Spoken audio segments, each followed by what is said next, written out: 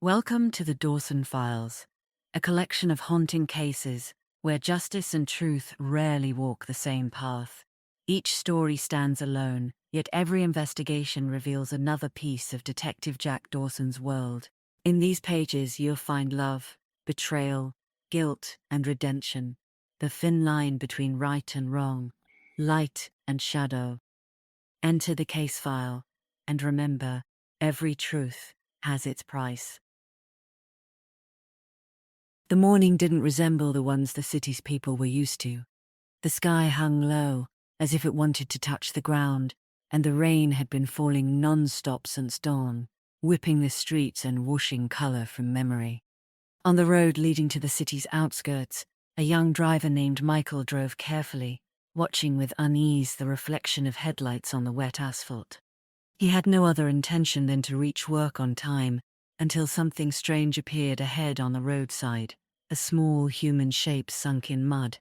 He slowed down, hesitated for a moment, then curiosity and compassion won. He stopped, opened the door and stepped out into rain that slapped him like unending pages of water. As he approached, his heart shrank. A young man lay sprawled on the ground, his face pale as ash, his blood mingling with the rain. Michael knelt, shook him gently. The stranger opened his eyes with difficulty and spoke in a hoarse voice, in a language that didn't belong to the city. Michael couldn't understand, but he caught one repeated word: help me. He lifted the man's body with effort, placed him on the back seat, and sped toward the regional hospital. The rain chased him like time itself, refusing to stop. At every bump, the body shuddered. Every glance in the rearview mirror showed a fading face dissolving into shadow. When they reached the emergency ward, doctors rushed the man inside. Minutes later, a nurse came out quietly, his expression saying what words could not. The young man had died before uttering another word. At that moment, Michael didn't know he hadn't saved anyone. He had only stepped, unknowingly, into a mystery that would not let him go. In the cold hospital corridor, the sound of rain mixed with the smell of disinfectant. Under dim lights, tired from keeping watch, the unidentified body lay on a metal table, wrapped in a grey sheet. Faces around it were expressionless. Doctors exchanged brief glances, while the police officer who had just arrived took quiet notes. The nurse said, "We found no papers, no phone, only a broken wristwatch and a small piece of cloth in his front pocket." The officer recorded the details and signaled for the forensic team to take fingerprints. Outside, Michael, the driver, sat torn between guilt and fear. He didn't know whether what he had done was heroic or foolish, but one thing he was sure of: that image wouldn't leave his mind easily. The lifeless body, breathing its last on the back seat, while the rain played its funeral song. By evening, the fingerprint report arrived. A name appeared clearly on the screen: Peter, 25 years old. The officer froze for a moment. He'd heard that name before, on a local news bulletin only hours earlier. A young man missing since yesterday evening. He was preparing for his wedding and left home, never to return. A patrol was sent to the family's house. The place was crowded with relatives. The mother sobbed on a wooden chair, her white scarf torn at the edges. On the wall hung Peter's photo in a black suit, his smile like a promise never kept. The father sat in long silence before whispering to the detectives, his voice cracked with tears. He left before sunset, said he was going to the barber, promised to be back soon. He had no quarrels with anyone. Everyone loved him. Even his enemies, if he had any, would have come to his wedding. The investigators kept writing, but their eyes searched for something else. In the back rooms, plastic roses still decorated the walls, and cows melted for the secret of the world, the fashioned best, the terrible thing. Everything was ready for celebration, except the groom, who had gone ahead, into absence. Outside, the rain stopped for a moment, but inside their hearts, the real rain began, the rain of first suspicions, when joy turns to crime and memory becomes a stage for funerals. The next morning, the investigation team went to the neighborhood where Peter had lived. The narrow alleys gleamed with the remnants of rain. Shop fronts opened slowly, as if the city was still half asleep. Peter's father led them to a small barber shop at the corner, the one his son always visited before any important occasion.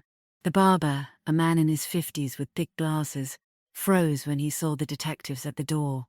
They sat with him. He spoke, wringing his hands nervously. "Yes, he came yesterday evening, around 6:30. He was cheerful, talking about his wedding, about his bride's happiness. Said he just wanted to look his best for the big night." He took a deep breath and continued. "He left after about half an hour. The rain had started, so I pulled the shutter halfway down, but I saw him clearly as he stepped outside. There was a black car parked in front of the shop, strange to the area. I'd never seen it before." Detective Dawson, standing near the mirror, asked calmly, "Do you know who was inside the car?" The barber shook his head. Only the driver, a strong-built man, seemed to know Peter. He approached him, they spoke briefly, then both got in and left. "I didn't catch the license plate, because of the rain, but I'd recognize the man if I saw him again. I even remember the car model." Dawson took notes carefully, then looked up at the cameras mounted above the shop. The barber hesitated, then nodded. "Yes, the cameras work. I haven't checked the footage for a week, but they've been running." That answer opened a new door. A few hours later, the analysis unit watched blurred footage through streaks of rain, but in one frame, brief as lightning, a black car stopped in front of the shop. A tall man stepped out, walked toward the door, spoke to Peter, then both entered the car. The image wasn't clear, but it was honest enough to keep the truth.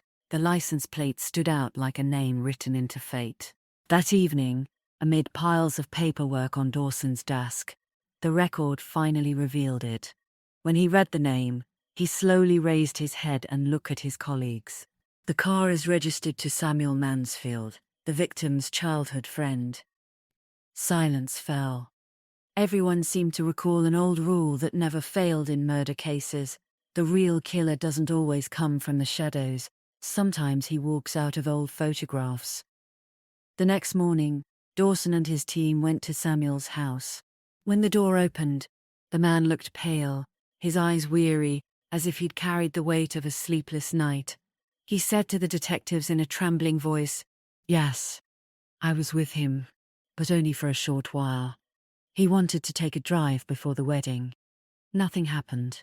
Dawson smiled with the calm precision of a man who had seen too many lies. "We'll verify that, Mr. Mansfield, because cameras don't understand friendship."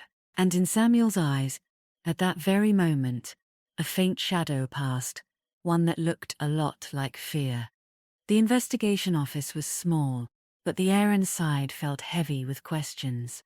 Samuel sat on a metal chair facing Detective Dawson, a glass of water before him, untouched.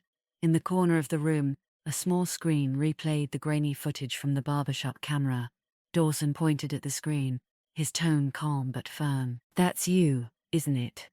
Samuel hesitated for several seconds, his eyes drifting from the image to the wall. Then he spoke in a faint voice, as if apologizing for existing. "Yes, it's me. I was with him just a short drive before his wedding." Dawson raised an eyebrow, his voice cold. "I could not be a servant or alone, and I find that, I know. What do you think of that? The wedding is for you. And why didn't you mention that in your first statement? You said you hadn't seen him in days." Samuel had no answer. His body curled slightly on the chair, sweat glistening on his forehead, despite the chill of the room. After a long, heavy silence, he whispered, "I was afraid. I thought just being with him would make me a suspect." Dawson slowly closed the file in front of him. "Fear protects no one, Samuel. Sometimes it's the very thing that sinks you deeper." The man didn't reply. He simply stared at the photographs on the wall, the black car leaving the neighborhood under rain. The pictures were blurred, yet his features in them left no doubt. Dawson stood up. "You'll stay with us for a while.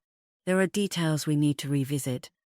Samuel lifted his head suddenly, as if he wanted to say something, but the words died in his throat. At that moment, no one knew whether he was hiding something, or if fear alone was betraying him. Dawson left the room, the door closing softly behind him. The screen kept looping the same clip. A black car stops by the shop, two men exchange a few words, a door shuts, and the rain swallows everything. Night weighed heavily over the outskirts of the city. The road where the body had been found had turned into a silent stage, a place where only the details spoke. Yellow police tape fluttered in the wind, and the scattered rain washed the ground, as if trying to erase the unerasable. The forensic expert held his flashlight, tracing blood droplets on the mud like words from an unfinished sentence. He said quietly to his partner, "The body was here, but the stabbing happened earlier. Look at the drag marks, 2 meters at least." He pointed to the thin streaks in the wet soil, as though someone had tried to pull a body with trembling hands. A few meters away lay a knife. It was coated in mud, but its faint glimmer in the darkness sent an involuntary chill through everyone present. The expert lifted it with gloved hands. Wooden handle, kitchen blade, simple but deadly. The rain had washed away any fingerprints. No human trace remained, but near the knife, in a small corner of the road, there were 2 sets of footprints, one belonging to a man, the other unmistakably to a woman. A technician crouched to photograph them, measuring the space between steps. The female prints are more recent, just after the first rainfall. Median shoe size, short heel. She wasn't in a hurry. The team exchanged silent glances. No one spoke, but all understood the same thing. This crime hadn't been committed by one hand. There was someone else, perhaps more than one. In the forensics lab, the evidence turned into small stories that spoke what no witness could. The knife told its tale in the language of steel. "I was here first." The mud that clung to its blade carried particles of human blood, matching the victim's DNA. In another evidence box lay a strand of brown hair found inside the car. The laboratory report didn't say everything, but it hinted at something mysterious. A mix between the victim's blood and microscopic fibers belonging to a woman. No one in the lab commented, but the silence said enough. There was a female shadow in the background of this crime, one whose path had yet to be traced or understood. Back in the investigation office, Detective Dawson sat before a wall covered with photographs. The car, the road, the knife, the footprints, the blood. Each photo was a fragment of a puzzle still missing its center. He studied them for a long time before muttering to himself, "Blood doesn't lie, but it only speaks to those who know how to listen." He lifted the phone and spoke to the field officer. "I want every report from the surrounding area in the past 12 hours. Anyone seen near the scene, man or woman, I want their names on my desk before morning." He hung up and turned off the lamp.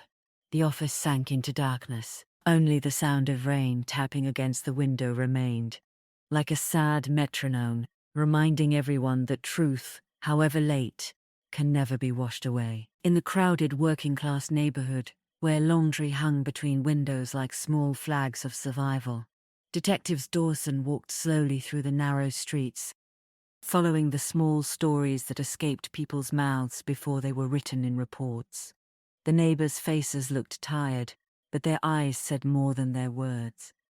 An old woman pointed a trembling finger and whispered, "They were arguing there, right in front of the grocery that night. I heard a man shouting, 'You won't go to your wedding before you pay me back.'" Dawson approached the spot she indicated. The ground was damp. The walls carried the stale smell of tobacco. A young man who owned a small shop nearby nodded. Yes, there was a short quarrel. The man's name is Jack, an old friend of Peter's. He had lent him a large sum months ago and had been asking for it back lately. But there was no real hostility. A few friends stepped in and calmed things down. Dawson noted the names, then looked up at the sky, heavy with another wave of rain. In his mind, a question repeated like an echo. Can an old debt turn into new blood? By evening, Jack was summoned to the police station. He entered the room with anxious but steady steps, his face freshly shaven, his eyes trying hard to look confident. He sat before Rashid and said right away, "I know why I'm here. Yes, I argued with him. I was angry. I said things I didn't mean. I told him, I'll kill you if you ignore me again. But it was just anger talking, nothing more. Dawson looked up from his notes. Did you see him after that? Eunice replied calmly, with quiet certainty. No. A few minutes later, my friends dragged me to the cafe. I stayed there until midnight. Ask the waiter, ask anyone, they all saw me. Rashid immediately sent a team to verify. The cafe's old camera, dusty and crooked-lensed, became the most reliable witness of that night. The footage showed Eunice sitting with 3 men, smoking, talking, laughing a hollow kind of laughter that hid something unsaid. The timestamp, 10 p.m. to 12 a.m., the exact window during which Peter was killed on the city's outskirts. When the team returned with the recording, Rashid watched it repeatedly until he was sure the man hadn't left. He switched off the monitor and said, weariness in his tone, "The man didn't lie, but he didn't kill." Then, turning to his deputy, "We've hit a dead wire. The debt isn't the motive, there's something deeper, further away." The next day, Jack was released after long hours of questioning, but the echo of his words lingered in everyone's mind. "You won't go to your wedding before you pay me back." A phrase born of anger, but like a stone thrown into the lake of a story, it stirred the mud and revealed what lay beneath. In the case file, the police wrote, Jack temporarily cleared of suspicion after confirmed cafe alibi at the time of the crime. And at the bottom corner of the page, Dawson added in his own handwriting, he folded the paper, knowing that the night would bring back not only the rain, but the old memories that never sleep. Chapter 7. The Circle Tightens. It was nearing midnight. The interrogation room felt smaller with every minute of silence. Samuel sat before the investigation panel for the 3rd time. His face was drawn, his eyes hollow, as though the night itself lived inside them. On the table before him, an untouched glass of water, open files, and photos from the crime scene, a body drowned in rain, a fingerprintless knife, a winding road among the trees. Dawson spoke with calm intensity that sliced through the stillness. Your statement hasn't changed, Samuel, but sometimes the truth is like a muddy road. The more we try to hide our footprints, the deeper we sink. Samuel lifted his head, meeting Rashid's gaze without speaking. At last he muttered, weary and resigned, I've told you everything I know. I went out with him that night, then I came back alone. The investigators exchanged silent glances. Those 2 words, came back alone, were enough to open 1,000 questions. Dawson leaned closer, voice cold as rain on metal. And what happened between leaving and returning? Who else was with you on the road? Samuel didn't reply. His fingers trembled over the table, as if searching for something that wasn't there. Dawson finally said, remember, silence doesn't protect you. It only delays the truth. Then he rose slowly and left the room, while Samuel remained, staring at a small puddle of water on the floor, the only mirror brave enough to face him. In the long hallway outside the interrogation room, Dawson walked slowly, a cigarette unlit between his fingers. His mind was racing faster than his words could follow. Every piece of evidence said the same thing. The victim hadn't been alone that night. But who was with him, and why had no one seen them? He stopped by the window, watching the rain slide down the glass, and murmured to himself, there's always a third one, someone hiding between the lines, between testimonies, between the footprints. Just then, the forensic officer rushed in, clutching a blue folder sealed with the lab's stamp. Breathless, he said, Sir, the results from the car analysis just came in. Dawson tore it open, his eyes scanning the short, decisive lines that summarized days of work. He read aloud, voice low. Blood traces on the back seat match the victim. Fine hair fibers on the side headrest, female origin. Dark textile threads don't match the victim or the witness. He closed the file slowly and whispered almost to himself, the car has finally spoken. Then to his assistant, bring Samuel back in. This time, we won't talk about the rain. We'll talk about who sat in the back seat that night. Dawson returned to his office, sat behind his desk, and finally lit the cigarette. The first spark flared against his tired face. He felt the game was about to turn. He wrote a note in his black notebook. Every road stained with blood leads to the one who tried to wash it. No one returns alone from a crime.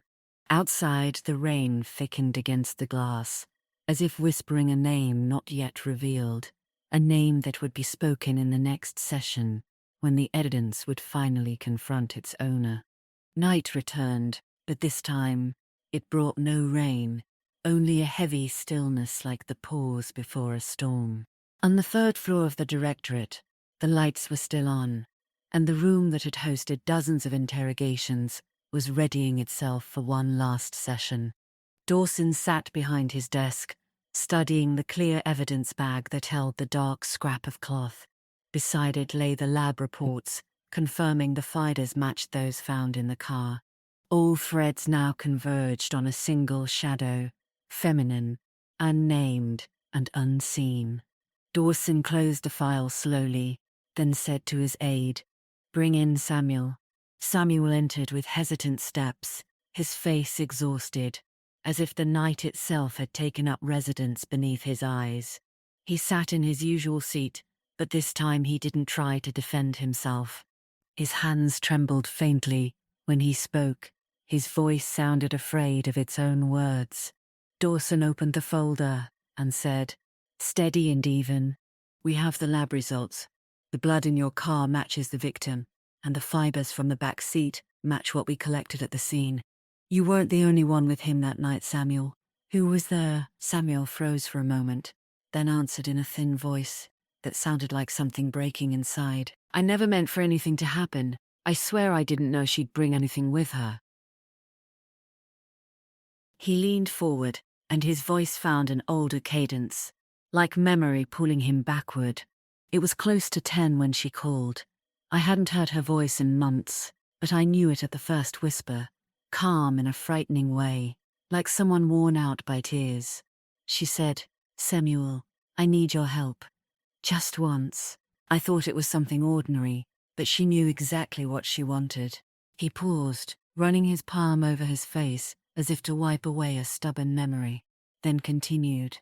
"She said she tried to forget him, tried to hate him, but couldn't. She was crying, 'I don't want him back. I just want him to hear me before he goes.' I tried to stop her, told her the timing was wrong, that tomorrow was his wedding day. But she pleaded like someone begging for life itself. She said, 'Please, Samuel, help me say goodbye like a human being, not like a shadow chasing him.'" His voice shook as he added, "I hesitated a long time, but her words bled with something that wasn't anger, something between longing and despair. She promised she wouldn't touch him, wouldn't cry, wouldn't ask him to come back. She only wanted to extinguish what was left in her heart, so she could begin again." He lifted his eyes to Rashid, tears gathering without falling. "At night, I didn't see a woman plotting revenge. I saw a person searching for release. So I helped her. I arranged the meeting outside the city, out of sight. I didn't know that when a farewell is postponed, it turns into a tragedy." A heavy silence followed. The investigators exchanged glances, while Rashid watched him closely, trying to read in his eyes what his mouth hadn't said. Dawson's voice cut through, quiet and final. "And what happened after they met?" The hour neared 10, and the city slept under a mantle of relentless rain. On the road toward the outskirts, the car's headlights tunneled through the dark, as if searching for a lost fate. Samuel drove in a silence that weighed on his chest. Peter sat beside him, arms folded, watching the rain stream down the window like a river of glass. "Why did we leave the city?" Peter asked wearily. "You said we'd just drive around a little."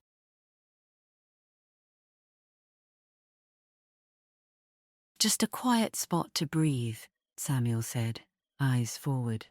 "Trust me." Minutes, and we're back. But his heart was pounding in a rhythm that betrayed the calm of his voice. He knew what waited at the end of the road, the meeting he'd promised to a woman who hadn't slept since she heard about his wedding. In. As they approached the place, the rain eased, and the cold air filled the emptiness with the scent of wet earth. Samuel stopped at a narrow dirt track hemmed in by trees. "Someone wants to see you. Don't worry, it'll only take a moment." Peter turned sharply, his features knotting with anger and surprise. "Who? What do you mean?" The answer didn't come from Samuel. It came from the shadows behind the car. Rima stepped out of the darkness, her grey coat clinging to her from the damp, her long hair dripping rain. She was trembling, but her eyes carried a blade-bright gleam. Peter froze. He took a step back as if facing a ghost. "Rima, what are you doing here? How dare you?" She moved toward him slowly, her voice shaking but true. "I just wanted to see you. Nothing more. I couldn't bear the thought of you leaving without a word." He laughed bitterly. "A word? After everything? It's over, Rima. Someone waits for me tomorrow in white. Don't destroy what's left of my life." Her answer broke with tears and iron in equal parts. "And me? Was I just a passing chapter? 5 years erased by a sentence?" Their voices rose together, as if the rain itself were listening. Samuel swallowed hard and shut his eyes for a long moment, then rasped, "Enough. You aren't hearing yourselves. The rain's picking up. Let's go back to the car." But anger had already crossed the point of return. Rima cried out, hoarse, "You were always a coward, even in love. You promised you'd stay, then ran at the first chance." Peter stepped closer, his face alight with fury. "Stop. Don't accuse me of what you don't understand. We're finished, Rima. Don't come back to me again." Tears fell despite the rain. Her hand shook as she tried to wipe them away, and failed. Then she screamed, "I wanted to see you one last time, and you turned the last meeting into torture." He spun away, heading for the car, his voice quavering with anger. "Goodbye, Rima. I hope I never see you again." In that brief moment, something inside her broke, as if the rain turned to fire on her skin. Her hand went to her bag. She pulled out a small knife, a kitchen knife she'd hidden without a clear intent. The ring of metal on the ground made Samuel turn, but the moment outran him. Rima ran forward, driven more by tears and rage than thought. As she reached him, she cried his name from the end of a lifetime. "Peter!" He turned, his eyes widening as if he had just seen death's face. And then, one strike, swift, unerring, merciless. The blade sank into his back. He gasped, looking at her not with anger, but with an astonishment edged in sorrow. He staggered a step and fell slowly, the way rain falls to earth. Rima screamed, dropped the knife and rushed to him, cradling his body, sobbing without breath, whispering his name between broken gulps. "I didn't mean it! I didn't mean it, Peter!" Samuel, frozen for several seconds while the world stopped, lunged toward her, gripping her shoulders, shouting, "What have you done?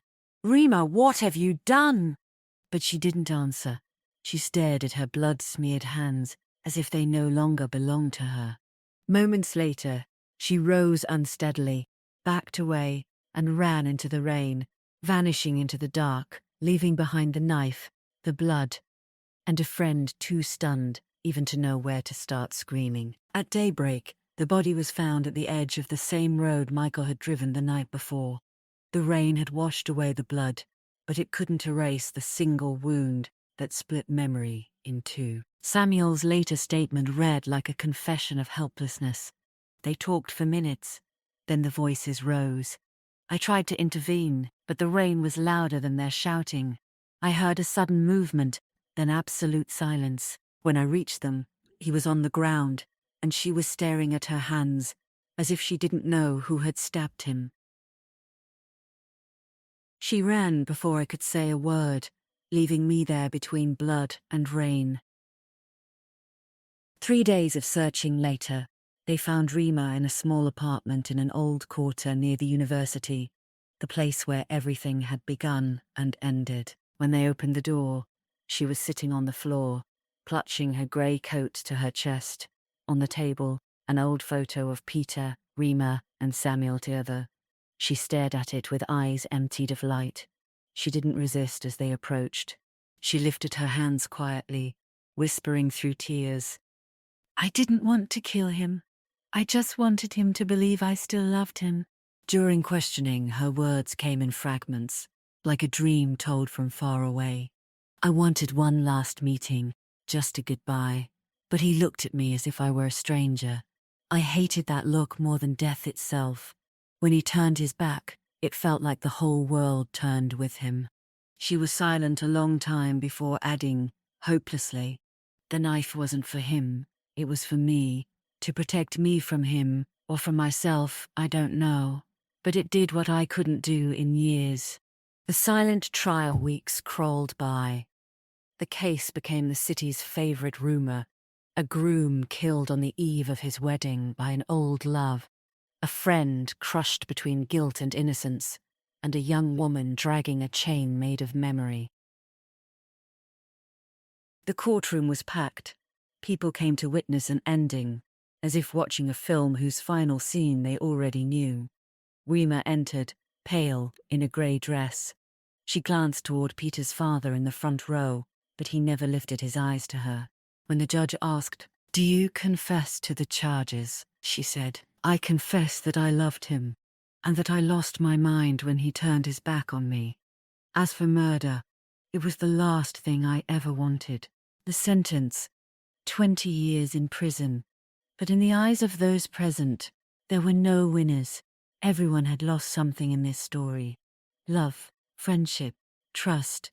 Even the rain had lost its innocence. 1 year later, Samuel visited Peter's grave for the first time. The cemetery was silent, except for the hush of light rain. He laid a white flower on the soil and said, voice unsteady, "Forgive me, my friend. I didn't know the road I took you on would take you from me forever." He stayed a long time, studying the strange stillness that covered the place. The rain thickened, but he didn't move.